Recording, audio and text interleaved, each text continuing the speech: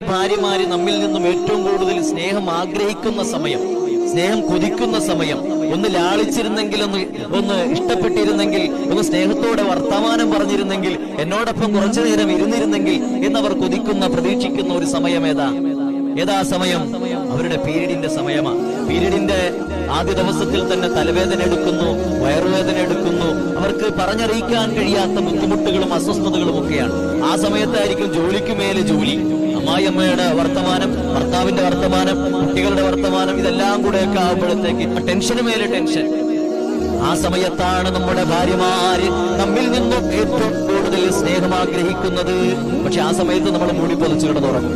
രാത്രിയാകുമ്പോഴത്തേക്കും, പകലാണെങ്കിലും ശരി, ഒന്ന് മൈൻഡാക്കാൻ പോലും നമ്മൾ മനസ്സ് കാണിക്കൂല. അങ്ങനത്തെ ഭർത്താക്കന്മാരായിട്ട് നമ്മൾ ചുരുങ്ങിപ്പോയി. അപ്പോൾ സ്വാഭാവികമായിട്ടും ഫോണിൽ ഇങ്ങനെ നോക്കിക്കൊണ്ടിരിക്കുന്ന സമയത്ത് വാട്സപ്പിൽ ആരെങ്കിലും സ്കൂൾ ഗ്രൂപ്പിന്റെ പഴയ കൂട്ടുകാർ